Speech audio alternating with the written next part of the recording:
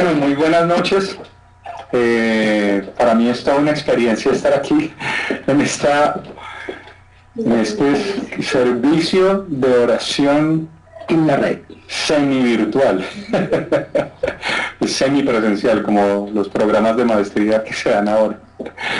Bueno, vamos a empezar con una canción que para nosotros ha sido muy especial. Es una canción que habla acerca de la fidelidad de Dios día tras día y en particular, como dice el título de esta canción, año tras año. Hay una cosa de pronto que quisiera mencionar antes de cantarla.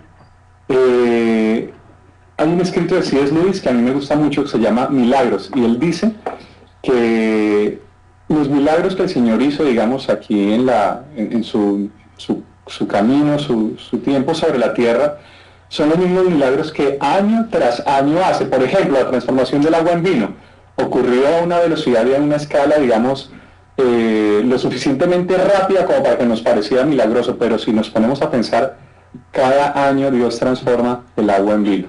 Dios es fiel y año tras año nos sustenta. Él sustenta la creación. De eso habla esta canción.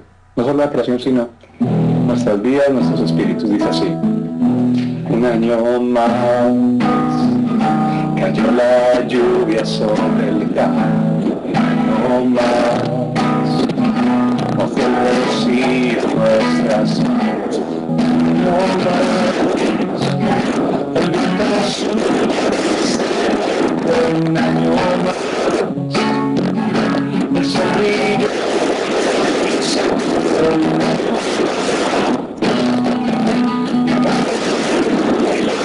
estrellas, un año más,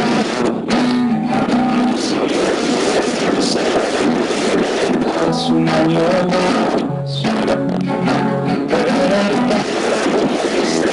más, un año más, que las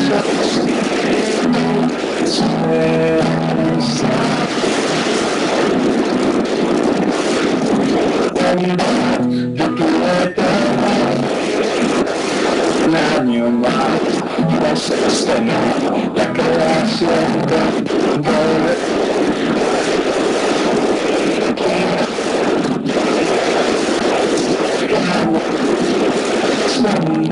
Consolar, un año más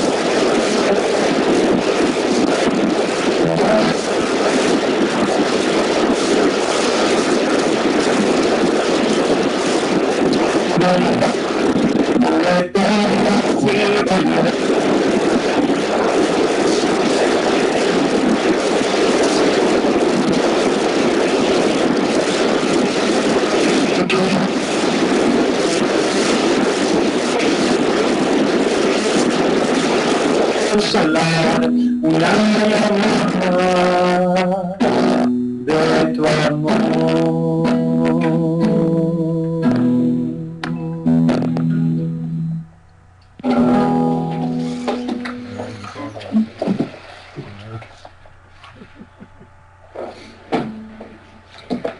Bueno, hoy quiero pedirles que vayamos a una oración que para mí es muy especial, de un libro que para mí es muy especial. Yo personalmente soy fanático del libro de los Hechos. Me parece que es un libro tan inusualmente lleno, tan inusualmente, digamos, rico en imágenes, en sucesos, en belleza. Me parece muy especial. Y hoy quisiera pedirles que fuéramos a un suceso que vamos a encontrar ahí a partir del capítulo 3, pero nos vamos a centrar principalmente en el capítulo 4. Antes de leer propiamente el texto, déjenme poneros un poquito, valga ahí la redundancia fonética, en contexto. Estamos hablando del momento, al comienzo ahí del libro de los Hechos, en que Pedro y Juan van a orar y sanan a un señor que estaba cojo ahí en la puerta del templo. Y bueno, se arma un alboroto y vamos a ver qué es lo que pasa. Entonces, en ese contexto, se desata, digamos, como la persecución y toda la cosa, y los apóstoles oran. Vamos a hoy estar hablando acerca de la oración de los apóstoles en ese momento. Y vamos a ver aquí el texto. Está apareciendo dentro de breves instantes ahí en sus pantallas, y dice así: cuando quedaron en libertad fueron a los suyos y les... va a tocar leer aquí en otra versión. Y puestos en libertad vinieron a los suyos y contaron todo lo que los principales sacerdotes y los ancianos les habían dicho, que les habían prohibido estar hablando del Evangelio. Y ellos, habiéndolo oído, alzaron unánimes la voz a Dios y dijeron: soberano Señor, tú eres el Dios que hiciste el cielo y la tierra y el mar y todo lo que en ellos hay, que por boca de David tu siervo dijiste: ¿por qué se amotinan las gentes y los pueblos piensan cosas vanas? Se reunieron los reyes de la tierra y los príncipes se juntaron en uno contra el Señor y contra su Cristo, porque verdaderamente se unieron en esta ciudad contra tu santo Hijo Jesús, a quien ungiste, Herodes y Poncio Pilato con los gentiles y el pueblo de Israel, para hacer cuanto tu mano y tu consejo habían antes determinado que sucediera. Y ahora, Señor, mira sus amenazas y concede a tus siervos que con todo denuedo hablen tu palabra. Y mientras extiendes tu mano para que se hagan sanidades y señales y prodigios mediante el nombre de tu santo Hijo Jesús, mientras extiendes. Cuando hubieran orado, el lugar en que estaban congregados tembló, y todos fueron llenos del Espíritu Santo y hablaban con denuedo la palabra de Dios. Permítanme orar un instante. Señor Jesús, te pido que nos hables. Te pido, Señor, que a través de este medio, Señor, tu palabra se encarne, se vuelva vida, Señor, en la vida de cada uno de los que nos escuchan, Señor. Como dice aquí tu misma palabra, Señor, para que tu obra continúe, para que tu obra siga, Señor. Te lo pido en el nombre de Jesús. Bueno, aquí hay, digamos, algunos elementos que quisiéramos notar. Entonces vamos a estar aquí viendo cuáles son esos elementos. Sí, mejor. Ok. Lo primero es lo siguiente. Esto no está tan explícito en el texto, pero yo no...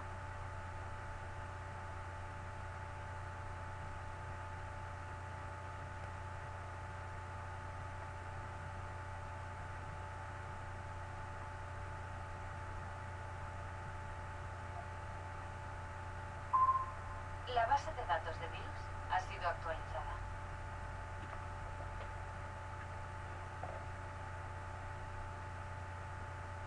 Quería dejar de...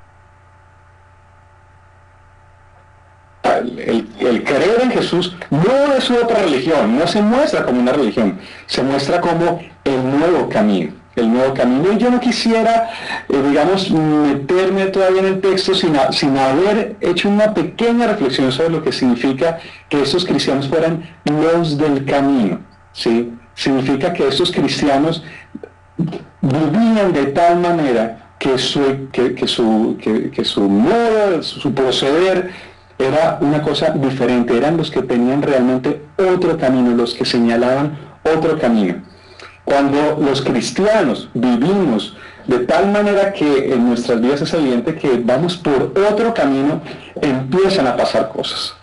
Es el escenario en el cual Dios se mueve y Dios obra los milagros que nosotros vemos en el libro de Hechos. Eso me parece muy importante, porque a veces vemos que en el libro de Hechos había un montón de situaciones, digamos, milagrosas, sobrenaturales, y a veces perdemos en cuenta que en ese momento ser cristiano no era pertenecer a una religión, sino ser los del camino, los del nuevo camino. Que el Señor nos permita en este momento nosotros volver a ser los del camino, los del nuevo camino. Bueno, en ese contexto entonces es que aparece el evento, que ustedes pueden ver ahí en sus pantallas, digamos ahí el título con que tenemos este slide, que es la sanidad del cojo, y es lo que yo les mencionaba ahorita. Pedro y Juan van allá al templo en Jerusalén, se encuentran un hombre de más de 40 años que llevaba esas 4 décadas de su vida tirado en la puerta del templo, la puerta llamada La Hermosa. Y yo pues recreo así brevemente, digamos, lo que pasó en esa noche, ¿no? En esa mañana, probablemente era una mañana antes del mediodía. Pedro y Juan van, se encuentran con este hombre, el hombre les pide una limosna, ¿sí? Pedro y Juan lo miran, el tipo se queda viéndolos diciendo, estos me van a dar alguna plata, y Pedro le manda esa frase maravillosa, digamos, del libro de Hechos, que dice, no tengo oro ni plata, pero lo que tengo te doy. En el nombre de Jesucristo, levántate y anda. ¿Qué es lo más importante? ¿Es el oro y la plata?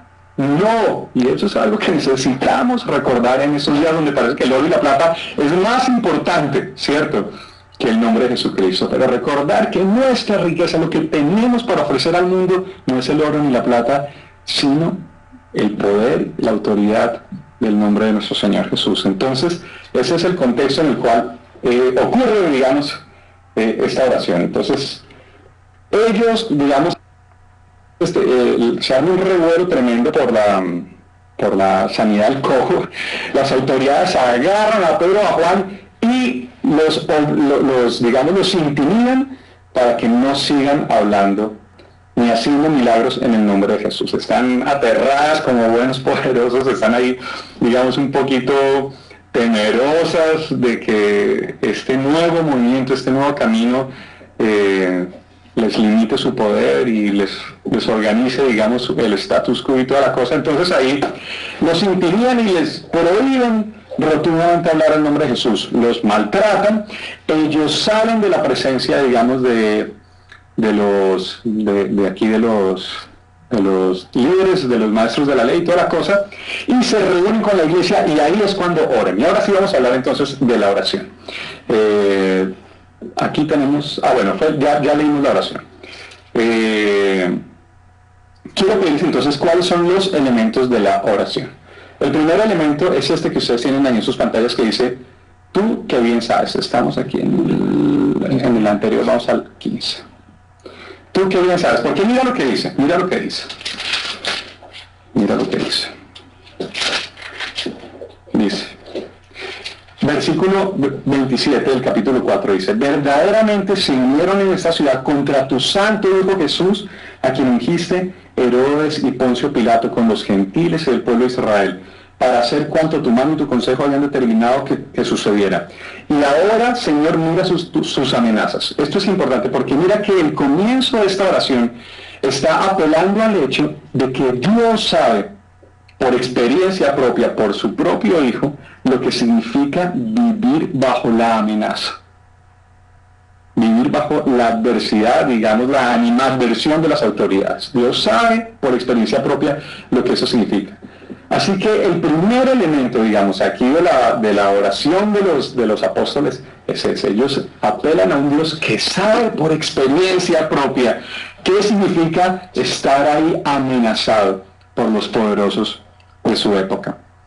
Esto es muy, muy importante. Y ya que estoy en Chile, yo quisiera darme el gusto de leerles un poema de Gabriela Mistral. ¿La recuerdan? ¿Sí?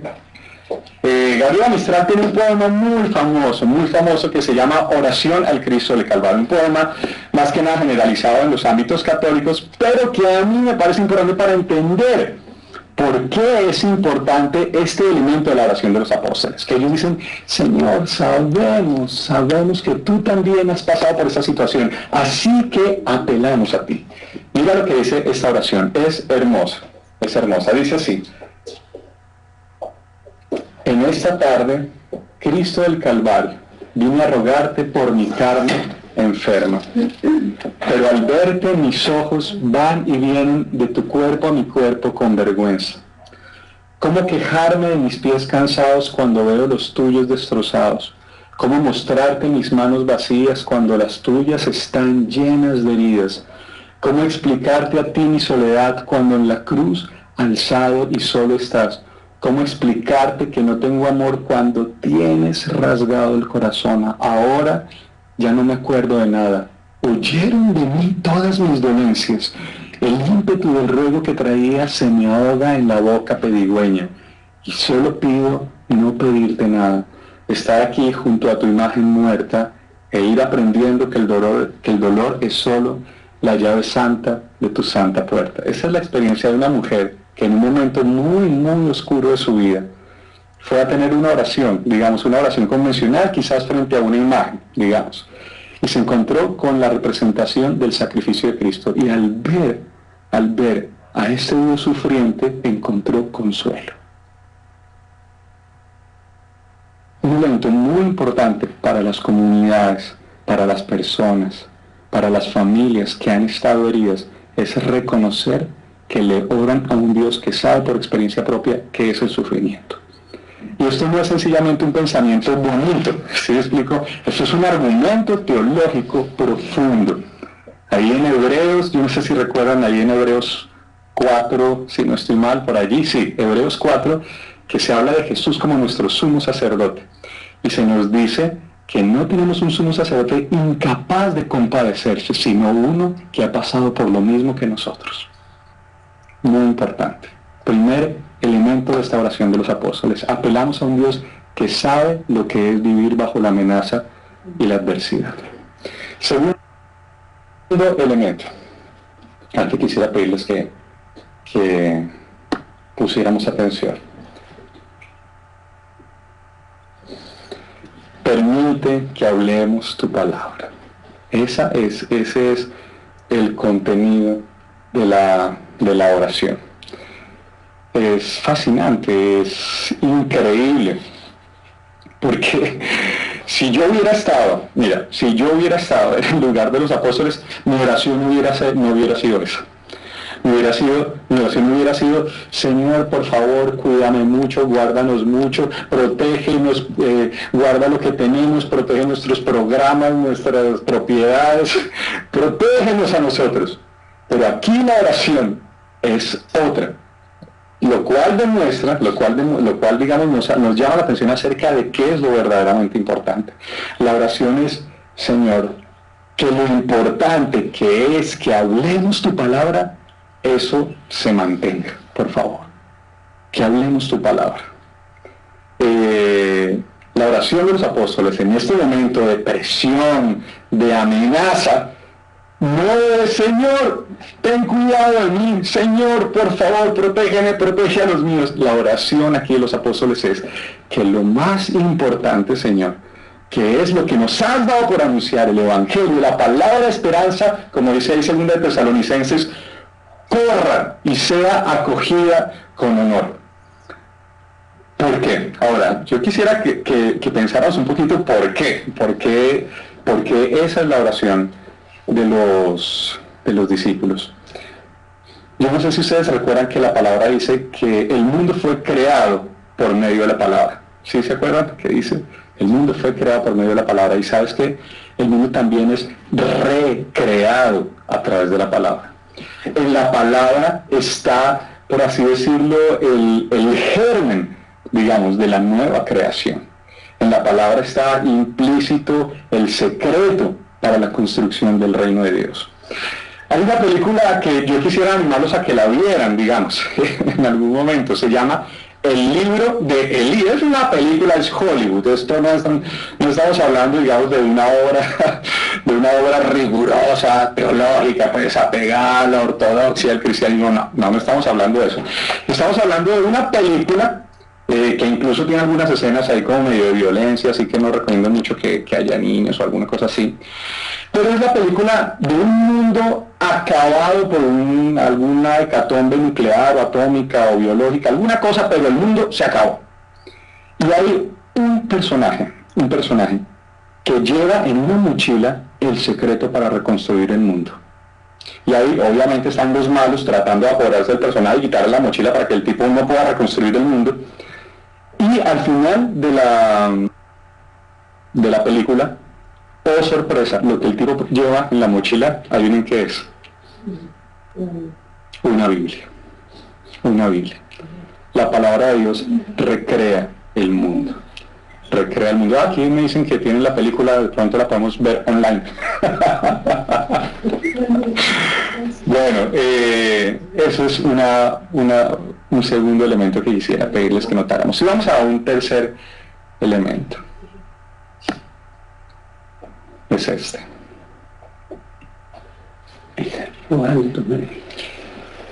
Sigue, Señor, obrando tus maravillas. Eso es lo que verdaderamente importa. Sabes que me parece que son oraciones. Yo no sé si tú te das cuenta que hay factores comunes entre las grandes oraciones de la historia. Ponte a pensar, por ejemplo, en el Padre Nuestro. ¿Qué es lo más importante? ¿Se acuerdan que hablamos el domingo y decíamos, santificado sea tu nombre, venga tu reino? Si el pan de cada día es muy importante, lo necesario para la vida es muy importante, pero lo más importante, Señor, es que tu propósito, ¿se acuerdan ahí como dice Pablo? Que el propósito de reconciliar toda la creación con Cristo siga adelante, siga adelante. Así que, Señor, claro, pedimos por nuestras familias, Señor, yo mismo oro por mi familia, tenemos que orar por las familias. Pablo ahí en 2 de Timoteo, 1 de Timoteo 2:1, si no estoy mal, dice, ante todo recomiendo que se hagan rogativas, acciones de gracias por toda la humanidad. Fantástico, eso es muy importante. Pero mira, un elemento común en todas las grandes oraciones que encontramos en la Biblia es, Señor, por favor, que tu propósito continúe, que el plan perfecto que tienes de reconciliar la creación contigo siga adelante. Y por eso, mira, nota eso, por eso es que el Padre Nuestro dice, venga tu reino, hágase tu voluntad.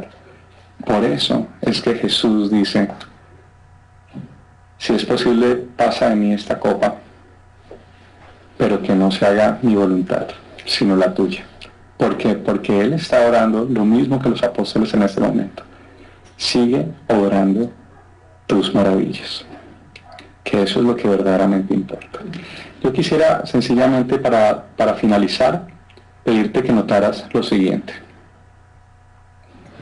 Aquí hay un título que quisiera pedir que le pusieras atención. Habla aquí del método terapéutico de Dios. Eso parece como una cosa medio psicológica o algo así.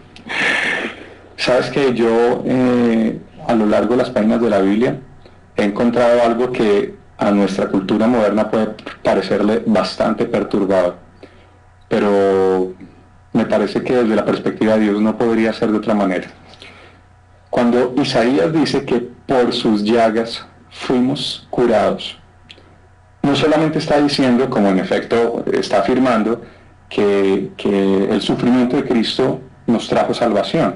Fíjate que también está escribiendo una especie de, permíteme la expresión, sé que no es la más adecuada, está escribiendo un modus operandi de la salvación que Dios está irradiando al mundo.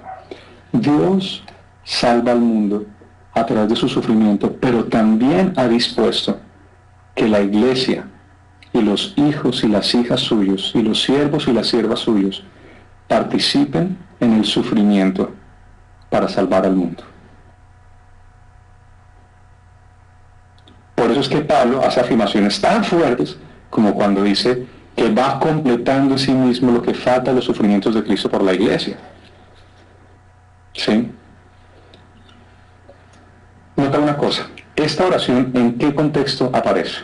En el contexto de sufrimiento, en el contexto de amenaza, en el contexto de adversidad, en el contexto del peligro. ¿Sí? Yo no quisiera que termináramos, digamos, nuestro comentario sobre la oración de los apóstoles en este momento sin notar cómo esta oración se eleva en medio de un momento que da fe de esto que te estoy diciendo. Ser agentes del reino de Dios en la tierra nos implica sufrir, porque ese es el método terapéutico de Dios. Y yo no soy aquí, digamos, como un fan del sufrimiento, no, por favor, no me malinterpreten, yo no es que quiera sufrir. Yo creo que ninguno de nosotros tenemos un instinto que nos hace desear el no sufrimiento.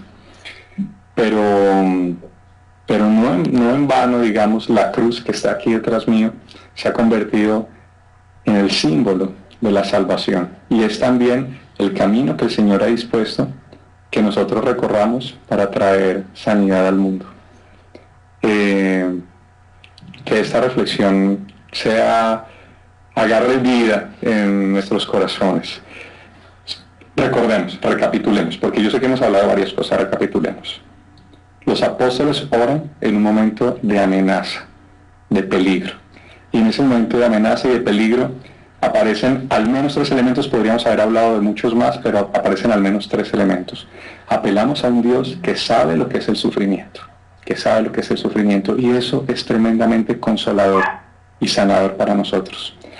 Lo segundo, pedimos que la palabra siga corriendo. Tercero, pedimos que la obra de Dios continúe. Esas son las peticiones. Y en todo ese escenario podemos notar cuál es el modo terapéutico de Dios. Que Dios se muestra de una manera particular y ejerce su poder y trae su salvación de una manera particular en las situaciones en las cuales sus hijos y sus hijas pasamos por circunstancias que a veces no son las que humanamente quisiéramos. Que el Señor nos acompañe en el resto de esta noche. Amén. Oramos al Señor. Vamos a aplicar esta oración, esta hermosa reflexión, orando al Señor. Y lo vamos a hacer en forma unánime. Vamos a invocar al Señor Jesús. Y yo lo invito a usted ahí en Santiago, en Loquén, en Iloca, en Copiapó, en Calama. Allí invoque a Jesús. Dígale: Señor Jesús, ven y bendícenos. Y dígalo usted allí en Colombia, y dígalo también en Argentina y en Perú, todos juntos. Unánime decía la oración, clamaban al Dios del cielo, en forma unánime te invocamos, Señor Jesús, y pedimos tu bendición sobre nuestras vidas. Úsanos como iglesia en el aire, como iglesia sin frontera, como iglesia ante amenaza.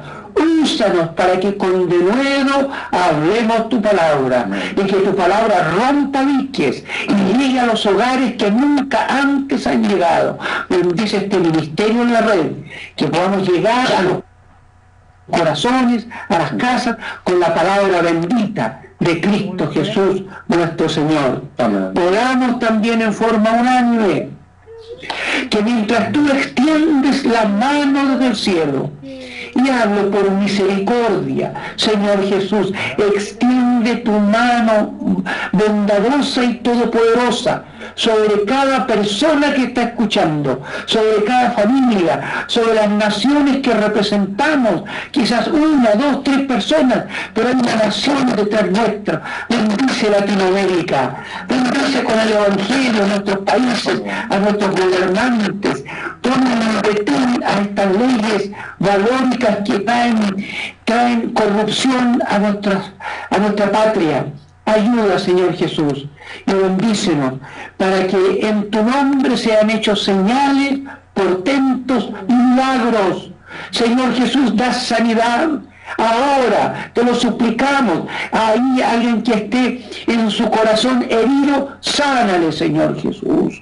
Allí donde hay desconsuelo, desesperanza, desánimo, dale ánimo de vida. Atamos todo espíritu del diablo, todo espíritu de perturbación, todo espíritu que impida tu presencia.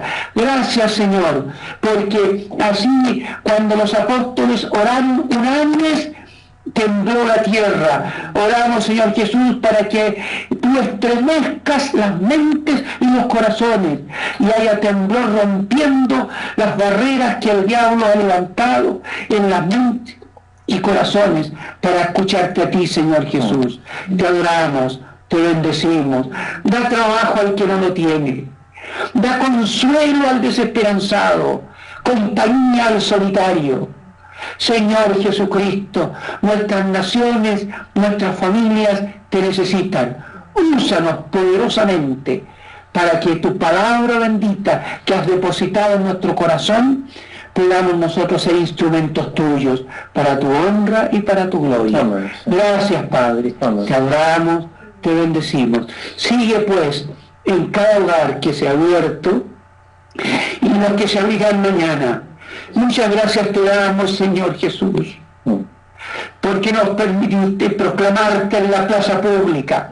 Gracias. Has conmovido las entrañas de nuestro ser por el privilegio que nos ha dado de ir a sembrar tu evangelio allí, en la plaza de la comuna de Las Condes. Gracias, Señor, por bendecirnos en el retiro de las mujeres, por visitarnos el domingo. Y, Señor, no nos dejes, visítanos esta noche. Amén. Que tu Espíritu Santo con libertad pueda estar obrando en cada corazón, que milagros, portentos y señales sean hechas hoy en el nombre de Jesús. Amén. Sana y bendice a la madre de Mónica ahí en Lima. Bendice a Diana, a don Jorge y a toda su familia, Benavides, allá en Colombia, a la familia Bustos en Guatemala y en Argentina, a la familia en Copiapó, en Lonquén, en Iloca, en Calama, donde quiera que esté tu pueblo reunido hasta ahora, en las distintas comunas de Santiago. Nos unimos en un mismo sentir, en un mismo espíritu, en el nombre de Jesucristo, nuestro Señor. Amén. Amén. Amén. Y el pueblo dice... Amén. Gloria al Señor. Gloria al Señor. Te adoramos, Jesús. Muchas gracias. Muchas gracias. Muchas gracias, Señor. Quisiéramos tocar una canción más, pero ya nos han dicho por el mail ahí de que la guitarra, sí, le damos una canción de acorde mientras usted va orando allí, ¿ya? Suavecito para que no se acople la canción, ¿no? Una canción que todos conozcamos, por tanto. ¿Les parece esa que dice, porque para siempre, Dios, tu misericordia es? ¿Ya? Vamos a bajarla entonces. Porque para siempre, Dios, tu misericordia es. Porque para siempre, Dios, tu misericordia es. Mejor que la vida es, mi alma lo sabe bien, porque para siempre, Dios, tu misericordia es más vasta que el ancho mar, más santa que el cielo está, porque para siempre, Dios, tu misericordia es. Porque para siempre, Dios, tu misericordia es. Porque para siempre, Dios, tu misericordia es mejor que la vida es. Mi alma lo sabe bien.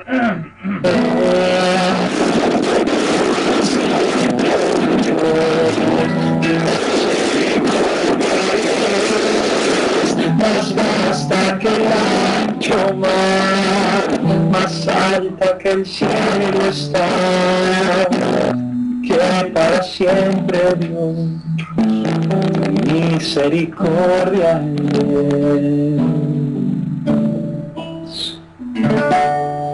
Amén. Amén. Le invitamos a que siga usted entonces en su casa, donde está orando al Señor, y nos volvemos a encontrar el próximo martes a la misma hora, y usted invitando a otras personas para que se sumen a esta red de oración, a esta Iglesia Sin Fronteras. Muchas gracias, buenas noches, en el nombre de Jesucristo, nuestro bendito Dios. Amén. Amén.